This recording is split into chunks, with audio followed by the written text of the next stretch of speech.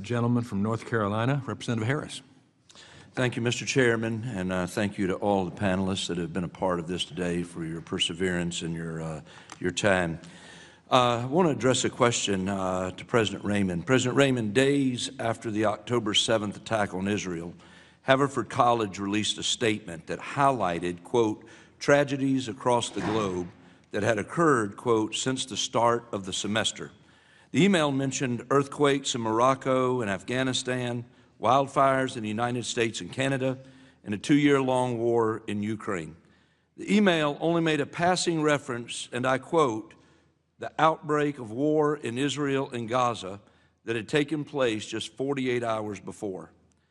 We all know in this room October 7th was not a mutual, quote, outbreak of war between two countries. In fact, it was a terrorist attack by Hamas on Israel. Babies were butchered, women were raped, 1,200 innocents were slaughtered, and over 250 people were kidnapped. I have to ask, why did Haverford lack the moral clarity to immediately and clearly condemn the attack on Israel? Representative Harris, we did condemn the attack by Hamas on Israel, and it was not, you are correct, in that email, which I was responsible for, and I would do it differently now. This is an example of a difficult period of learning where I did not get it right. Okay. So you say in your testimony, and I read your testimony beforehand, the written testimony we received, that, quote, any failures and fractures at Haverford are ultimately my responsibility as president.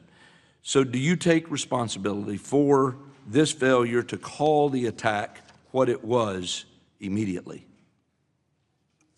I take responsibility for the judgment about that communication. That's right. Okay.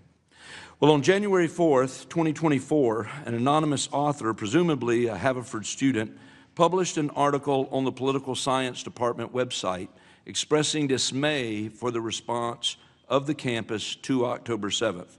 The article highlights the morally bankrupt responses of students to the violence, for example, sharing how students posted phrases like, quote, freedom has only ever been achieved through resistance. Stand with Palestinian resistance, end quote.